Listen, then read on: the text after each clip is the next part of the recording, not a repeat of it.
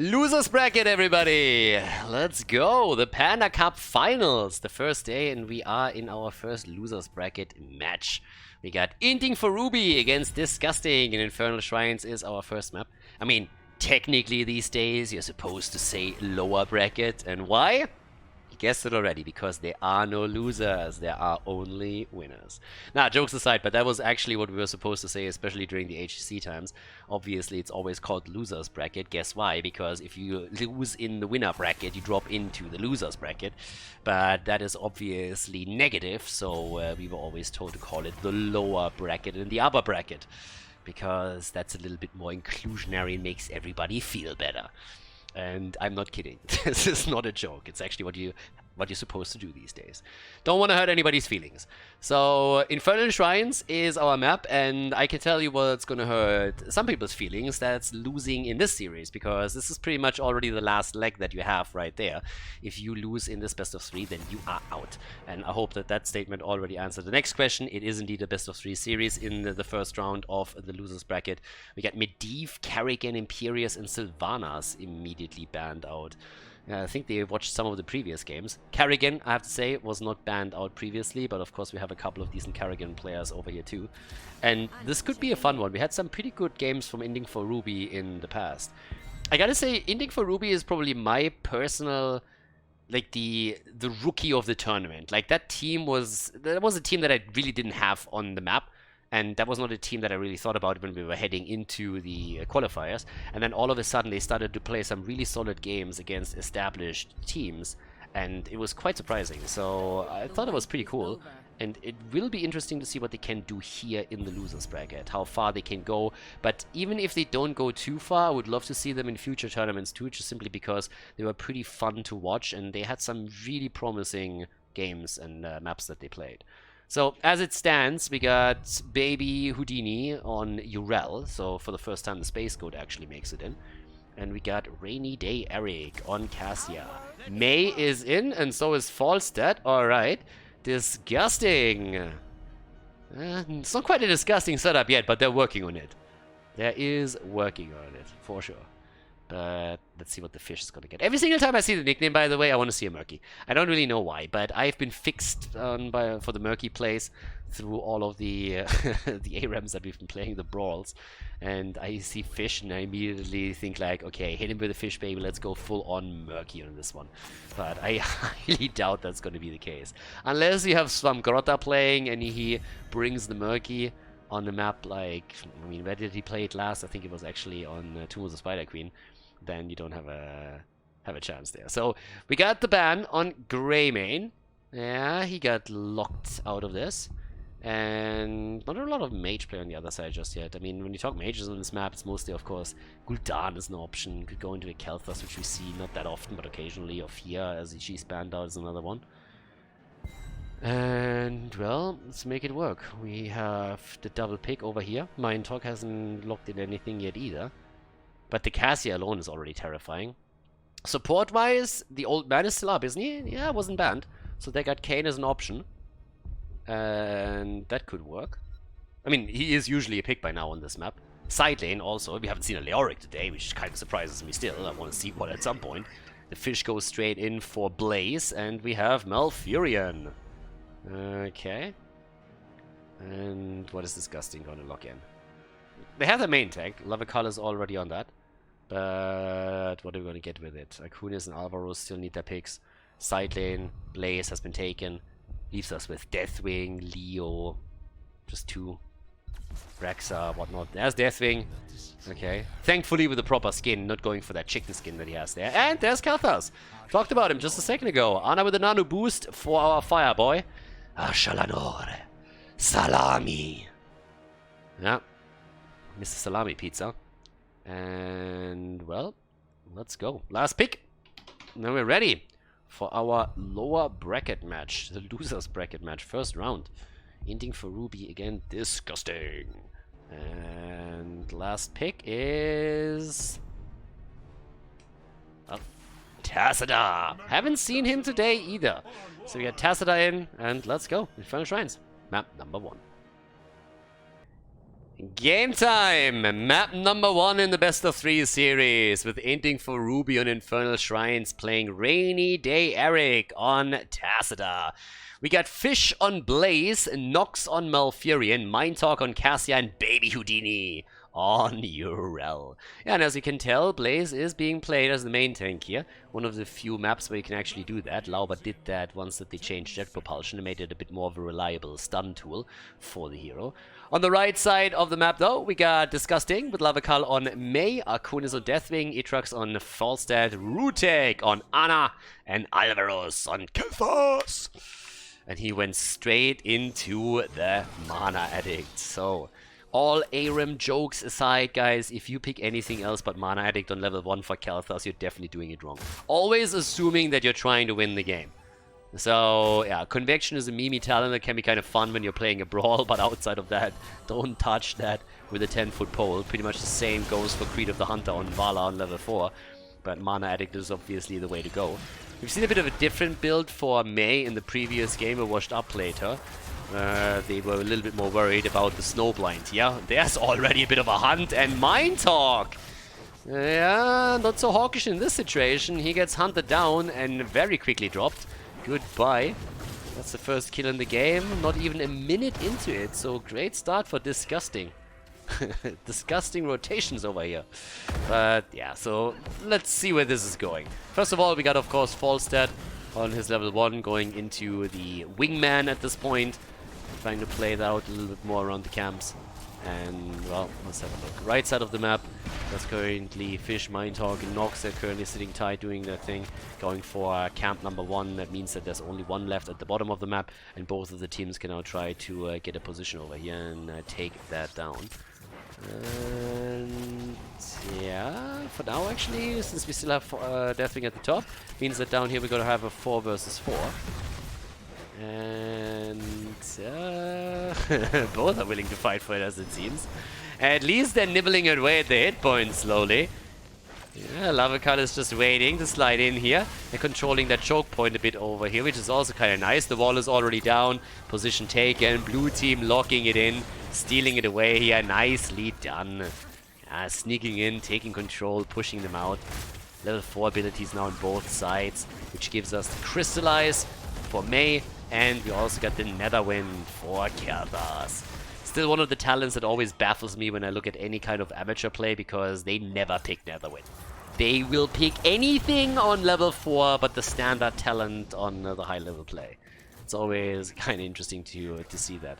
So it's a bit of a slow start in it. I mean, we saw the initial kill at the 1 minute mark. Space Goat once again. Jumping in, starting to scream loudly here. But outside of that, it's pretty much just both teams looking for openings, looking for kills, trying to get a couple of camps here. I mean, the blue team walked away with 2 of the bottom camps. Haven't really committed to their own shaman camp yet. Now, this is only partly a problem because the shrine is spawning topside anyway, so it's not like you're going to get a lot of value out of it. But yeah, blue team decided to not go for it. So Inting for Ruby is just say like, yeah, let's let that slide for now. Shrine activated is a bit more of a priority, and Falstad is still sitting in the middle of the map, trying to get some additional experience for the red team. So the advantage initially goes to the blue team. Slight lead for them. Falstad not making a move just yet. Urel is actually jumping bot side in order to push Etrax out a little bit. Yeah, some damage on him. But up at the top, it's a 4 versus 4 now. So the numeric advantage that they initially had is gone. And Lavakal trying to go for Tacita here. Setting Snowblind up as well. They're trying to make the play. And there's a setup on Malfurion. Nice! Nox nearly falling. Barely able to save his ass. So they have to yield the position. But they were able to keep all of their heroes at least in place, so that's something. Falstad is now at the bottom of the map and can always fly up top, but that's also an early level 7 for them, as they're starting to make the play here. Falstad not going for Boomerang, by the way. Full-on Lightning Rod build for him. And Deathwing is down, gets turned into Deadwing by Tacita, as we got the Protoss moving in and dropping him quickly. Good job by him. But now we have topside control again for Inting for Ruby, as they are moving straight up for Punisher number 1. Easy grab for them now after they just got the kill. 1 kill against 1 and looking good so far. So, well, Let's have a bit of a look at the mid lane too, because Itrax is still fighting it out against Baby Houdini on his Urel. And so far, Space Gold is kind of winning that battle. Yeah, obviously having the lightning rod set up is pretty nasty when you're in a 1 versus 1, but nice Netherwind connect, by the way. 3 heroes were immediately impacted by it. That defense up at the top is not really going to be doing too much, I guess. We're not even seeing that fountain getting dropped, honestly. And they're getting close to it, but nobody's really pushing with this. Instead, they're moving down to the bottom of the map to steal the camps away. Falstad seeing all of this. The bird in the bush gets all the vision, and Itrax just sitting there like, yeah, I'm out of here. That's a little bit too much for me to handle. Was maybe initially thinking that he could go and fight someone one-on-one on that position, but yeah, not so much. They are able to sneak the fountain though, so they grant vision by dropping some abilities over the wall, over the debris, and that allows the Khaldor to attack it, so an easy play by them to get the fountain eliminated. And since the next objective actually spawns in the middle of the map, that's a pretty cool move. So that's a really, really good small thing that you can do, and that gave them already a tiny advantage over their opponent here. Same time now though, the fight at the bottom of the map again. Yeah, looking to get another Khaldor cam. Fish is low, and they nearly plucked the bird, but they're not quite able to pull it off. But they still are in control over the spot here. But Deathwing moving in might change the equation a little bit. Baby Houdini tries to get the kill against Ana. 2 are down on his team on the other hand. And Rutek is still alive. Not for much longer though. But the Space Goat is barely making it out. And that's still a 2-for-1 trade and a camp lost plus an early level 10 for Disgusting. So Disgusting might have lost the first objective, but they are definitely starting to do some serious work here on the team fights. And winning the last one granted them an additional camp too, and therefore also, of course, a bit more experience. 10 versus 10 is now in play, which gives us again the Valkyrie. Bunker is out too, and the only one who hasn't made a choice yet is Malfurion, who now committed to Tranquility here. But yeah, big fights happening on both teams now, trying to get something done. Talking about camps and big fights, we have another one. They're invading the one on the left and go straight for Nox, trying to drop him. The Space Goat is in the back. Deathwing is coming in too. The bird falls dead. He's dead. Yeah, falls dead is down. That's the kill. Camp is still up and can now be taken. So they're at least winning one. It would have been more than a bit annoying if that one would have been stolen away too. But nope, the blue team is able to lock it in. 3 kills to 3 kills. We are on level 11 for both of them now. It's a fairly close one here. And again, there's a lot riding on this too. You want to advance to the next round of the tournament, and whichever team drops here is out. Out of the Panda Cup. For real. So definitely a game that you want to win if you have a chance. Let's see. Next objective spawning in the middle of the map right now. So that's the next one to go for. Yeah, let's see what they can actually do with this. Right now, we have already the opportunity for the blue team to take the position early. They have also with level 10 now Bunker available, and they still got Urel with her own ult. Keep in mind that Blaze is played as a main tank over here, so the jet propulsion is going to give him a lot. Kalthas dodging out on the Valkyrie. Good for him. Nicely done. Yeah, the attack is also coming in right now, as the red team is making an attempt to go for this. And there's no fountain. Keep that in mind. In the middle, there's no fountain to tap for Disgusting. They have to move to the top if they want to do that. So they have to actually move into a bit of a different position. It's a little bit farther away, whereas the blue team still has the fountain up in the middle of the map. So that's a pretty big advantage at this point if you have the time to move back here. Nice wall. Deathwing not able to barrel through this one. Yeah, those side walls are a little bit annoying. He hasn't committed to anything yet either. Here comes Urel, jumps in deep, hoppity hop baby. Yeah, doing a lot of work here, jumps in again, and she is really drawing their resources. Baby Houdini jumping in, jumping out. They're completely in the choke point right now. Akunis and Rutek are both incredibly low, but they are able to walk away from it. But that gives more space for Inting for Ruby on the objective as they're trying to lock in another Punisher, and they are incredibly close already. Baby Houdini had to use his ult on Urel, but he did so much work there. And they're going for another setup. Lavak, oh my god, not really. He actually makes it out, and instead Urel falls. How is May still alive? Cassia is dead instead, but at least the Punisher is taken by the blue team. Kelthas killed too. It's a 5 versus 3, but they took the Punisher. It's unbelievable to me, though, that Mei didn't die. Lavakal really towing the line there and was able to move out. Tacida's trying to get some damage in. But as they defend, look at that setup here. I mean, how on earth did Lavakal make it out multiple times? Khaldor's getting the kill against Urel initially, and then they even find a second one. Tacida at least took the Punisher.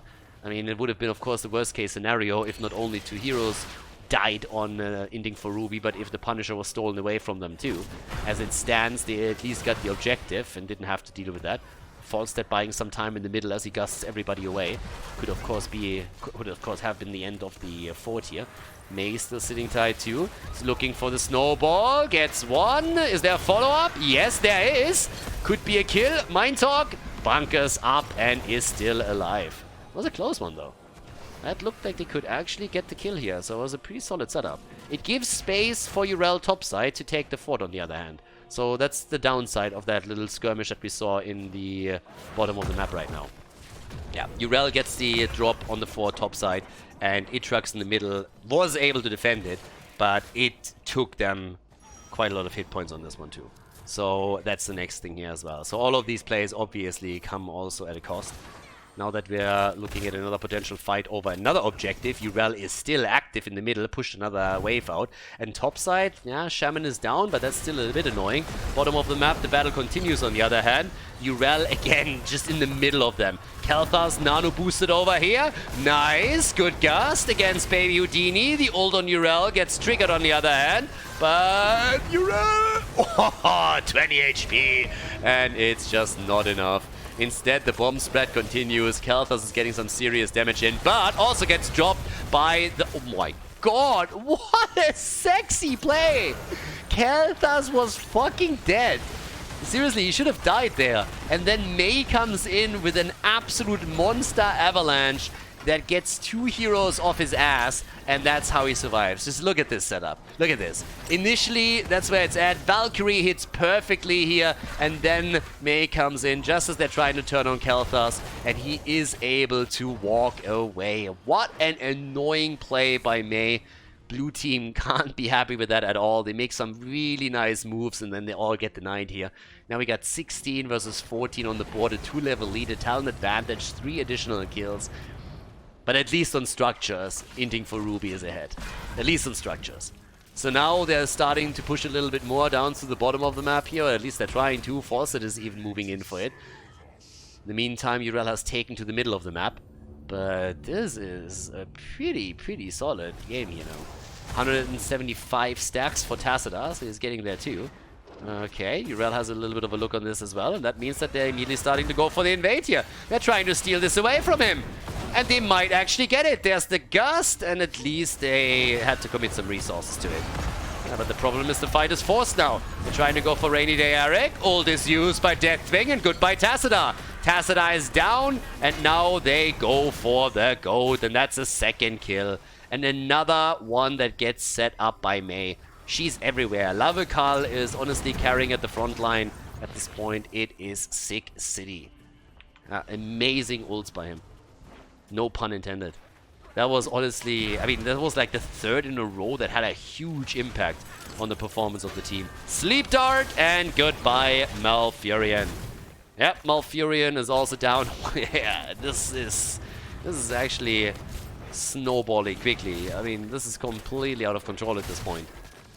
There was still the advantage in structures that Inting for Ruby had the entire time, but Disgusting is making some really disgusting plays and is now not only taking the kills, but they're starting to take the structures down too, while Khaldor is busying himself on the shrine, ready to get the first Punisher for his team. And they are already moving down to the bottom of the map in an attempt to not only drop the wall here, but also maybe even get the keep.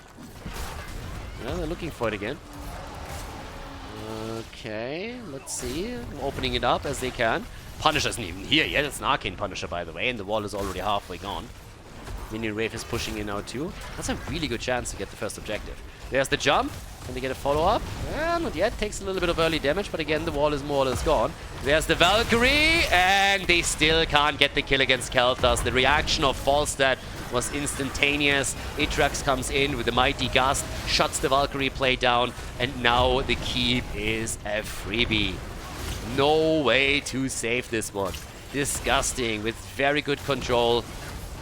Maybe they can save it after all. Everybody's a little bit low. There's already another play by Mei, and that's a kill. Could even be a double. Deathwing came in too, but Deathwing actually gets murdered by Tassadar here. The fight still continues. The keep is still not down, by the way. Alvaros is trying to get some additional damage onto it with a Flame Strike. Punisher is slightly distracted. Catapult shoots a little bit, but the keep is down, and that's pretty much all that they wanted to accomplish in the first place. Top side has to be defended now too, or they're going to lose the keep on their own. And that's what they're going to try here. But yeah, so far so good. All over the place this game. It's getting absolutely bonkers. Really nice setups that we had from Disgusting the entire time, ending for Ruby, trying to get kills, making some really cool plays too.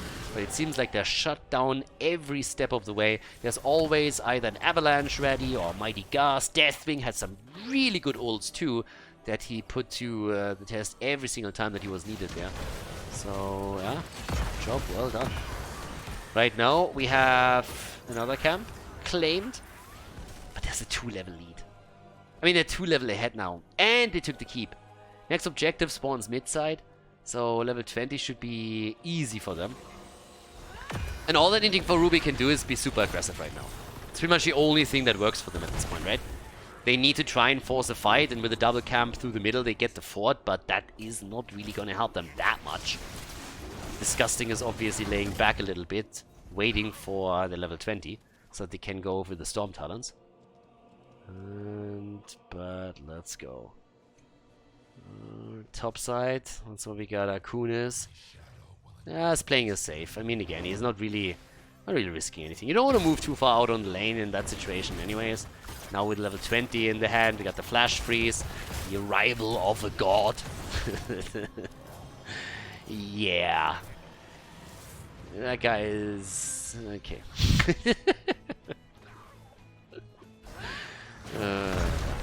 Okay. Alright, Deathwing. Arrival of a god, my ass. We'll see. For now, we got level 20. 1.5 level lead. Objective hasn't been announced yet, but those Storm Talons are obviously gonna hurt. And, well, now let's see how Disgusting is gonna play this. Yeah, for them it's a little bit awkward. I mean, you want to push something now, so they should at least move through the middle and try and take the fort down. Because if you can drop the fountain, it's going to be easier for you to take the objective as well. Obviously, in an ideal world, you want to hit level 20 just as the objective gets announced, but that's not really happening here, so you need to do something else while they're ahead. And that normally translates into you taking camps away, but there's no camps up on the map anymore. So instead, go for some of the structures. It's unlikely that your opponent is going to try and battle you while you have a massive talent advantage, especially when it's a Storm talent. And that's exactly why we're seeing Inting for Ruby falling back here. There's no problem for them losing a fort, so they simply let this one slide. There's a good chance that the one at the top is also going to be claimed. There's still an entire level missing for the blue team until they hit their Storm Talons. And now there's also the Shaman camp up, so that's another one that can be grabbed within moments. And Disgusting is taking that map control to the limit. Claims this one too, moves topside, and takes another fort. So they get everything out of that level 20 talent they can possibly get out of it. They still need to now move on to the objective. And the blue team has done what they could to bridge the gap as quickly as possible. They are half a level away, and they know that they kind of have to face the music right now. If they take all of these waves down topside, there's a realistic chance that they get level 20, but then they have to take the fight pretty much right away. And that's where they headed as we speak. And it's so clutch, they still don't have the experience. They're 20 stacks behind already. There's the level 20. It's now or never, baby. That's the moment where they can try to force the fight. And they're going in immediately, trying to go for Mei. And Deathwing is dropping into... yes, level 20 talents are ready. There's the fortified bunker. Also, ult on Baby Houdini, trying to make a play for Mei again, but Lavakal is safe. Rainy Day Eric, the Archon makes it into the bunker, but they're all low, and the Tassadar bombs are spreading. As you can see, here's Deathwing and the arrival of a god. Baby Houdini rushes out. We already got the kill against Blaze, and there's a Mortar Punisher as they're going for keep number 2 and potentially game. Good plays from Disgusting all around so far. Inting for Ruby They were definitely trying. They had some really nice moments here, but it just always seemed that in the final moment of the play, Disgusting was a little bit ahead and just read them like a book. Now they're moving through the middle in the attempt to end what they started. 11 kills, 2 for Khaldor with tons and tons of siege damage, sitting at 133,000. Also top hero damage in the game as Keep number 2 falls. The Mortar Punisher is still sitting at 50, 60% HP, and they are pushing them aggressively. Core is already falling, the shields are lost, and well, that could be the first game. This is the best of 3 series, so it's not really the end of this match yet, but that's a very promising start for Disgusting as they play a fantastic game against their first round opponent here in the lower bracket. And Disgusting takes the lead as they drop Inting for Ruby on Infernal Shrines. GG.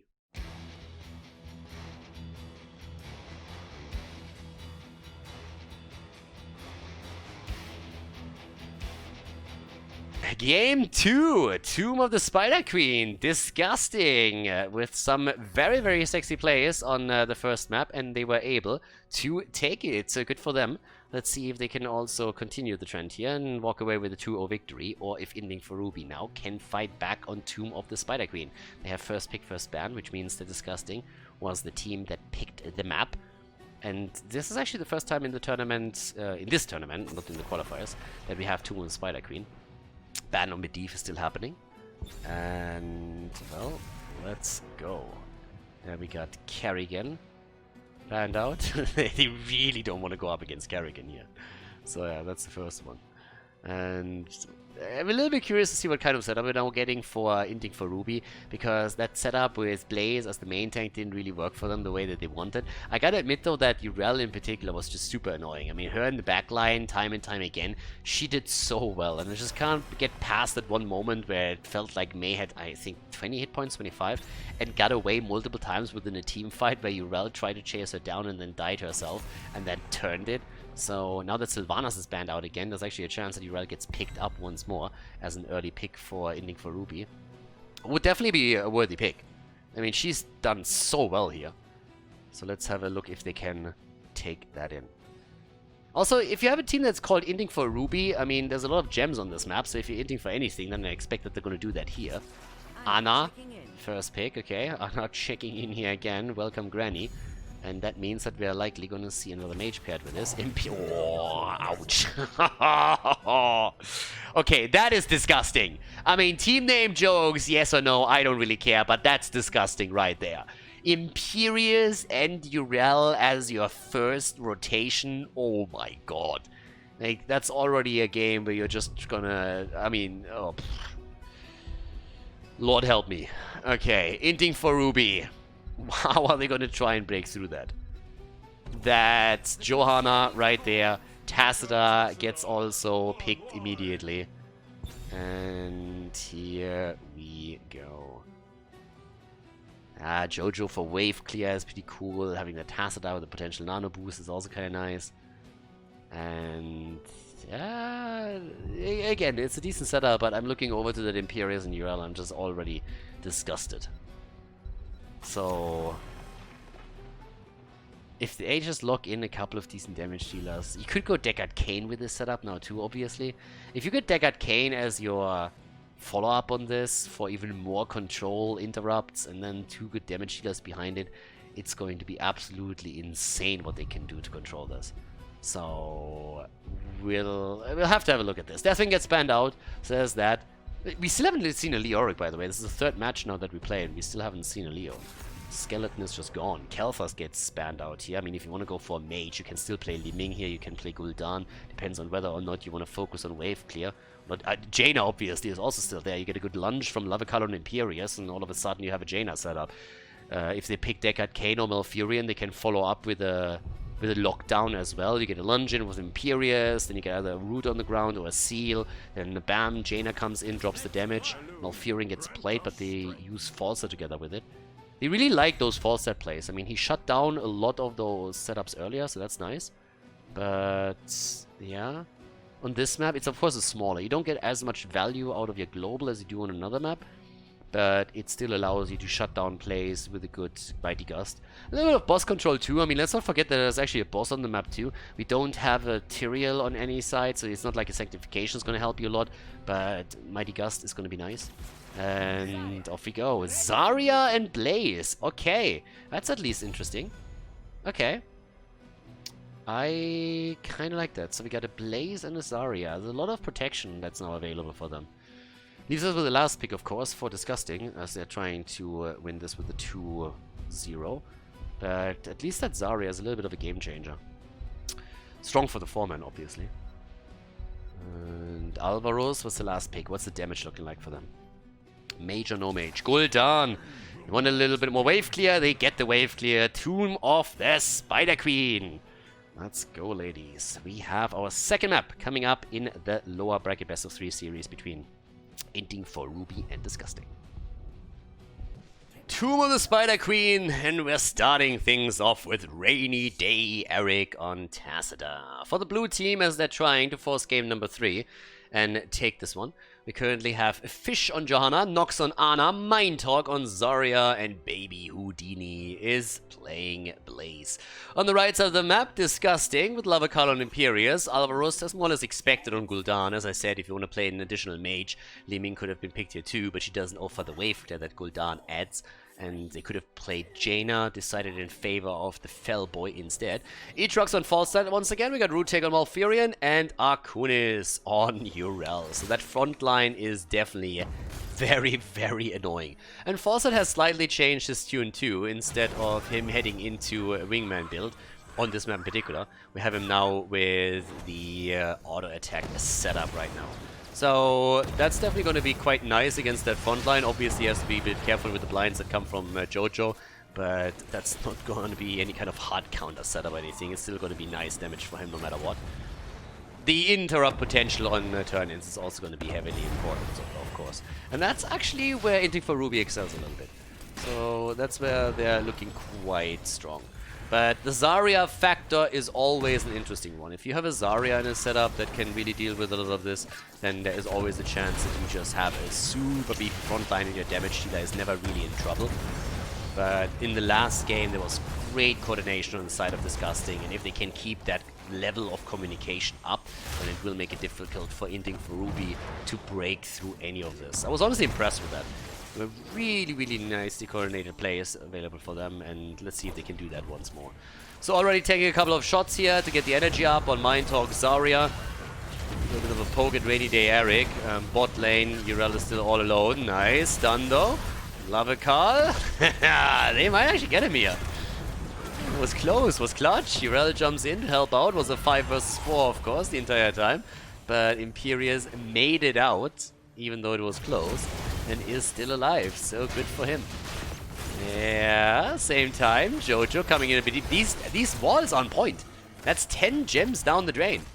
Yeah, Aatrox is at least picking 5 of them up, but he paid also with a lot of HP for it, so I kind of like what I just saw there. Inting for Ruby definitely trying to get some coordination going between Johanna and Tacita. And that actually worked quite well. Those walls are on point, and if he doesn't have a lunge available, he is in trouble. So we'll see if they actually can play this a little bit more throughout the game, but at least for now it's working. And by the way, Hammergains comes in, strangling Vines, of course, too. We already have at the bottom left now Baby Houdini currently doing his thing on the camp. There's no camp attempt on the other side, so there's actually nothing happening for the blue team. Sorry, for the red team as this continues here. So yeah, haven't really made a play just yet on it. Same time now though, the skirmishes around the top mid lane continue, but with the camp only taken for the blue team, there's at least some pressure play possible through the middle. So there's a chance that they have here. Aatrox is also just waiting this out. Nobody turns gems in, by the way. So both of the teams are still looking at 0 gems turned in, but we have a slight advantage for the blue team thanks to the kill against Imperius early on. This one is currently defended, but obviously you need a couple of heroes now in the middle. There's nobody rotating in to try and do anything with this, but they're trying to use the time frame to turn in.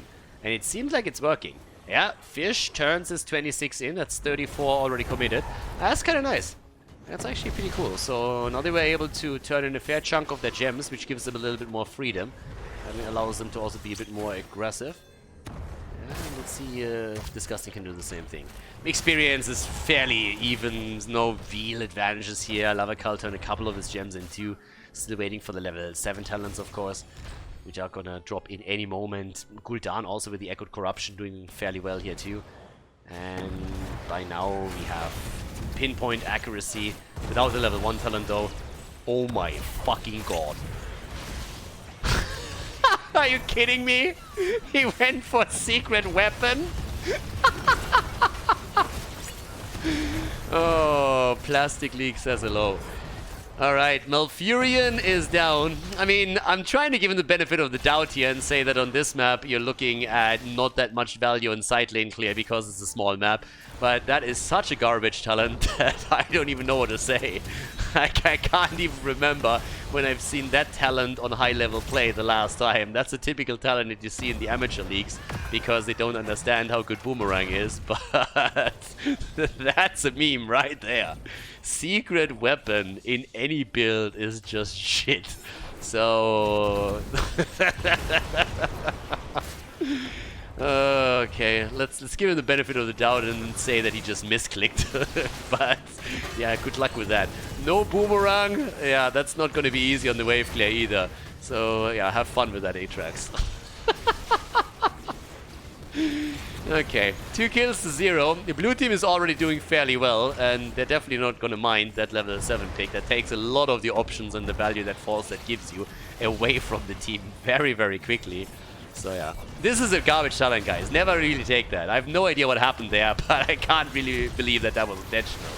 It's a little bit like Creed of the Hunter on level 4, like Debilitation or Noob Rock on level 16, and some of the other talents that we discussed earlier today. Those are trap talents that you should never take. It's a horrible thing to do. I mean, there's obviously always people that are trying to find like some argument for, but Khaldor increases the range, it's so good.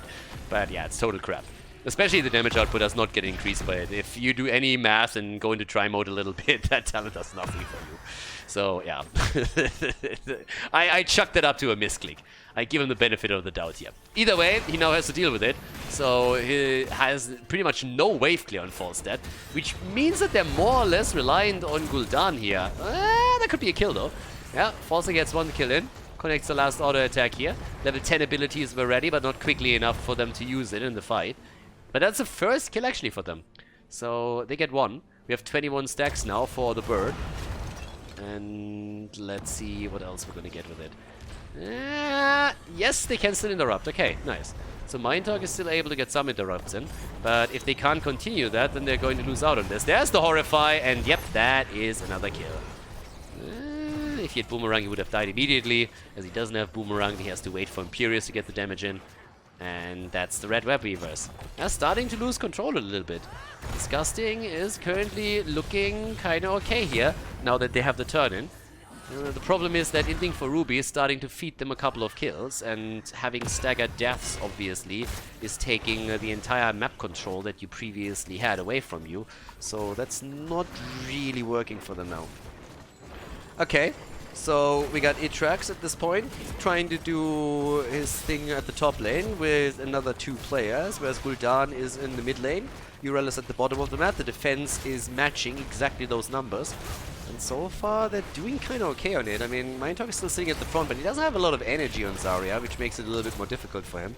Wolves are still up for most of the heroes. Obviously, we have now the Gul'dan is moving in. He couldn't really do a lot in the middle, but they broke through the walls. I mean, again, that's pretty much all that you want to do with the first one anyways. If you can get a fort, that's great. We've seen some teams even go as far as dropping 2 forts, which is kind of insane. The Hero Spider! The last hit takes the fountain down. Hero Spider confirmed. Nice. Okay, that was awesome. Right, so let's actually see what else they can do here. We got Baby Houdini. Can help down at the bottom of the map a little bit. I mean, he's the only one. Damage output so far, it's a little bit early, but let's have a look. Gul'dan on 23,000, 70,000 siege damage for him right now. We have 11k only for Tassadar and Zarya, both for the blue team. So they're definitely trailing behind a little bit on the damage numbers. Not only a little bit. I mean, look at Imperius. Imperius is actually the second highest damage dealer for the red team. Doesn't really come as that much of a shock or anything, but still. Okay. Second web weaver wave for the blue team would be nice too. Their first one didn't really do a whole lot, as you could see previously. But well, let's have at it. It's a little bit of a slower mid game right now, as both teams are just trying to turn in, and they got enough gems. I mean, both of them got plenty of gems to use here. Yeah, false stat, careful. Red Web Weavers are coming in again. I gotta say, Disgusting is doing well on those turn-ins. They locked in the last one, and now they have the second one lined up right afterwards. And of course, there's still tons of gems in the hands of Inting for Ruby, so if, while they're trying to defend, they lose also some of their heroes, that would be a loss of gems and really give even more momentum to the opponent's team. Alright, false stat, continuing with the auto attack, going for the giant killer. And again, even if you play auto attack, never pick that level 7 talent. That's a meme. But yeah, giant killer is going to make that build so much stronger. Obviously, once he has this level 1 completed, that was even going to be better. Where's the interrupt? Get there, get the kill. Mind talk, and there it is. Nice. Yeah, those moves are exactly the ones that they need. And now there's at least 2 forts falling. Top side is going to go down, middle is going to go down, and the blue team is really in trouble at this point. Yeah, that's a lot. Okay, so let's see a bit on how this is going. 3 kills on each side, but of course the structural performance or the structural setup is insane. Righty. Over here we got, I mean, yeah, they have the bottom fort, but even the top lane. This is, by the way, the boss lane, of course, too. So if at any point you can go for the boss, it only has to go through half the wall, which is another setup too. But yeah, bottom of the map, that's where we have it now as well. So let's have a little bit of a look at this too. Yeah, another siege giant camp could potentially break through the wall here. They can still try and prevent them from turning in. But Itrax is the only one, and he's completely zoned out. Yeah, that should be a turn-in. Fish gets it, and there it is. Okay, if they want to make it back into the game, they're not too far behind experience, but considering the structural position, they need to get some momentum going for themselves right now. So, yeah. Or it's going to be a huge problem here. Get the siege giants out of the way, that would be a first one. And stacks are nearly completed for Falstad and for Gul'dan on their level 1 talent. We got Zarya nearly done with it. Tassadar, by the way, is not really far in considering his level 1 quest. I mean, he's at 90 stacks now. That's not insane. He needs to step it up a little bit on that one too, if he wants to help the team out on the damage numbers. But let's see how much they can actually do with this. Look at this. Top lane, that web weaver is not going to do a whole lot. So far back here, they need to barrel through the middle, try and at least take the fort here. Bot lane is also getting attacked. Urel is already starting to move into. And, well, here we go. Here comes Akunis trying to make his play, and the defense is strong. Disgusting is... they have the number. And they're half a level away from level 16, which is another problem. If they can't even take a single fort with this, then it will be an absolute disaster for Inting for Ruby. Bot lane fort at least takes damage, but that web weaver is pretty much defended against already too. So this isn't looking good at all. Finally, 1 fort is going to get dropped thanks to the next minion wave pushing in with it. But yeah, it's getting a little bit nasty here. 16 talents on the board, it's an entire level lead. Alright, Lavakal is already trying to connect another lunge, can't. Blessed Shield had to be used to keep those two at bay, especially to prevent Gul'dan from dropping the Horrify. 37,000 damage for him right now, and 29k for Imperius. Look at the damage numbers on the blue team. 15k for Zarya, top damage. Tassadar, 15,000. They got nothing right now. They got nothing. Red team, turn in again. Falstad hops over. Okay. And they take the camp too. Yeah, and that's now web weavers. That's an objective. And a camp. Ouch. This is not gonna end well for Inting for Ruby at this pace. They need to set up the defense first of all. Falstad is now also done with this quest. And they need to make sure that they also get the experience for 16. Or they're gonna be in trouble. But this defense is not gonna be easy. They need to make sure that they don't lose a keep here.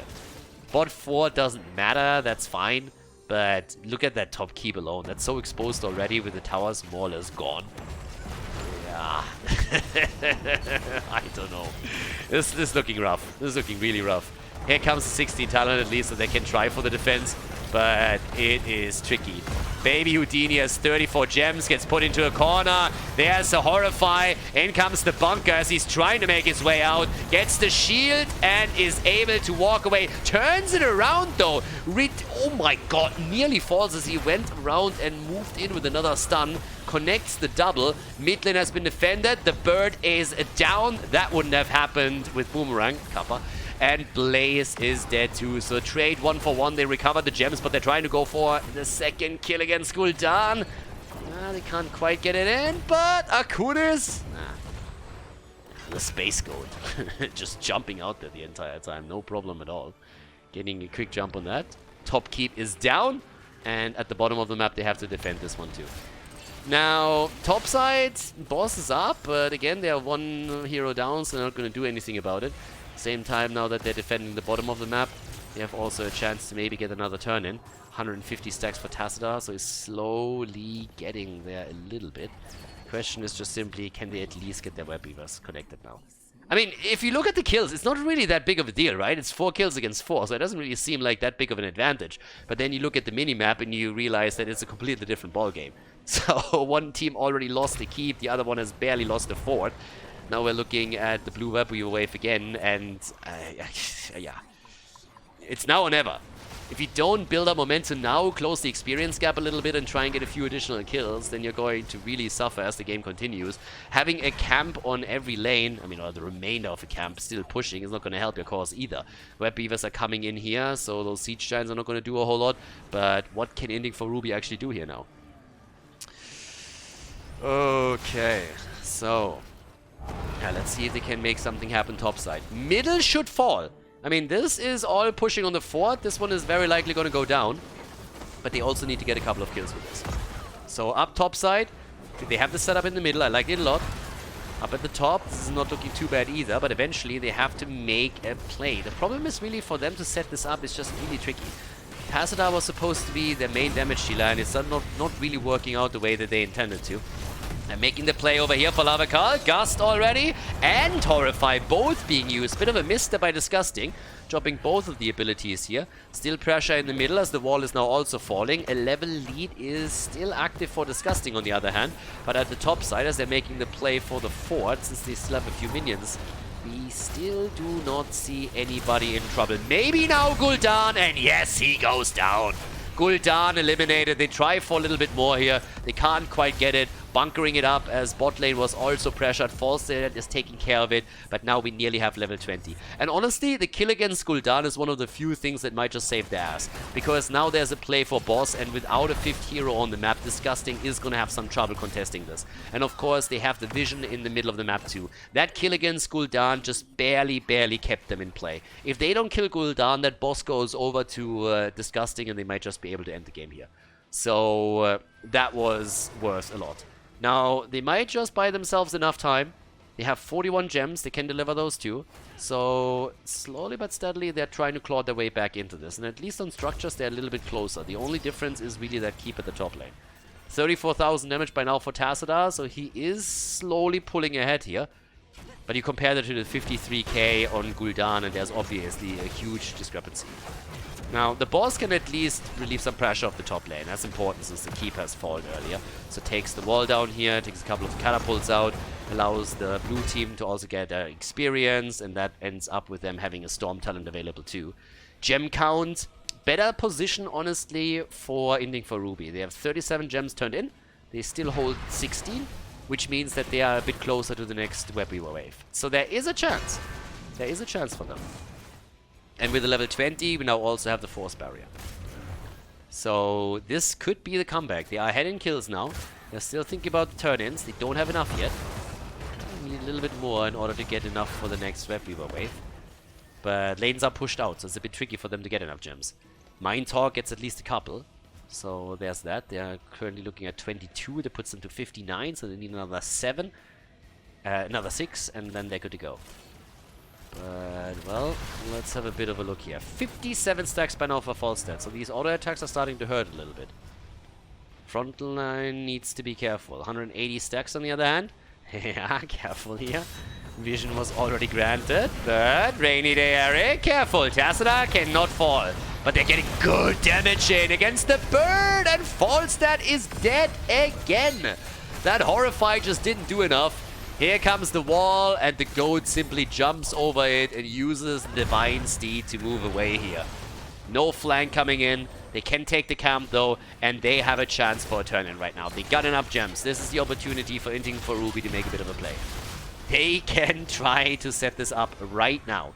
Get the objective, push through the middle. They're doing it without it. They can take it on the way back. They're trying to take advantage of the fact that Falstad isn't here before the Web Weavers are down. Take the keep down, just simply with a push, with the camp that they just stole away. Easy peasy, and then on the way back, go for the Web Weaver. Get the turn in and make a play here. Stagger death opportunity. No, nobody engaging into this fight that aggressively. Alright. Good position for Inting for Ruby though. Also a bit of a ballsy move, by the way, for Tacita to not go for the Twilight Archon here, but instead going for the Force Barrier. So really trying to lock heroes like Gul'dan, for example, down on Malfurion, because everybody else still has some mobility. Those catapults need to be taken down immediately. 20 minutes in, those bad boys hurt. But that's the chance. This is the best chance that they have. They are ahead in kills now. They are in a good position here to finally get a little bit of headway going for them. Okay, so Web Weavers are coming in. Keep in the middle has already been dropped. So they are gonna focus onto the top, I suppose. The Web Weavers is a little bit slow over here. It's like, I'm coming, I'm coming! Wait! Yeah, that spider's a little bit slow. That obviously allows for defense at the bottom of the map. And that time is a bit unfortunate, honestly. They're trying to push the top lane, but that means that that's a free defense at the bottom of the map. But they're already pushing in towards the keep, at least, as they're saying, okay, if you're just like stacking bot lane to defend, then we're already getting some top lane damage in before anything else happens. Okay, so off we go. 6-4. Trying to go for a little bit of a wall play. Web Weavers are in. And it's party time. This keep has to fall. Web Weaver in the middle is pushing for core, by the way. And they need to take this keep as well. Can you imagine this Web Weaver wave ending with no keep falling? I mean, seriously?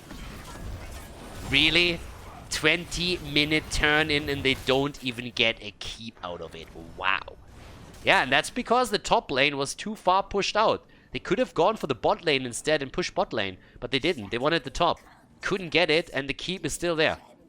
That's frustrating. That's actually really annoying for them. That didn't do anything for them here.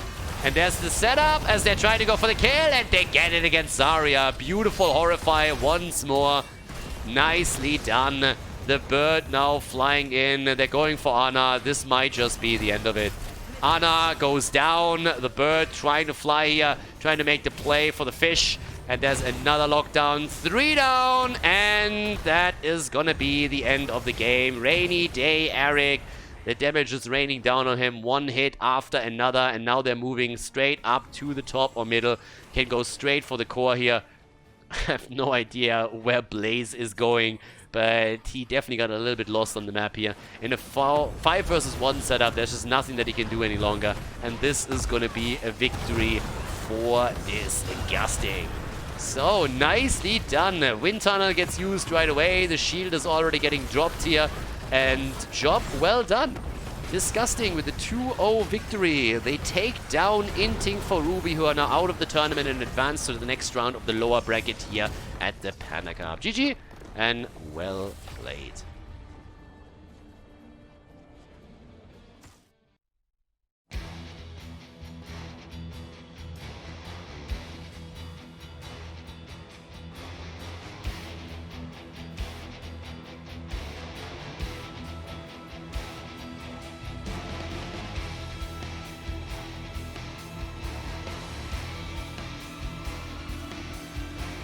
Thank you everybody for watching the video today. I hope that you enjoyed the show and the commentary.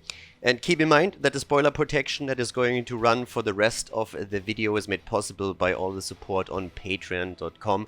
So guys, if you want to support my work, if you want to help me start new projects and keep the spoiler protection in place, please consider heading over to patreon.com/Khaldor. There's also a link in the YouTube description and check that out. Thanks in advance, and see you guys next time with more esports coverage here on Khaldor TV. Have a great day.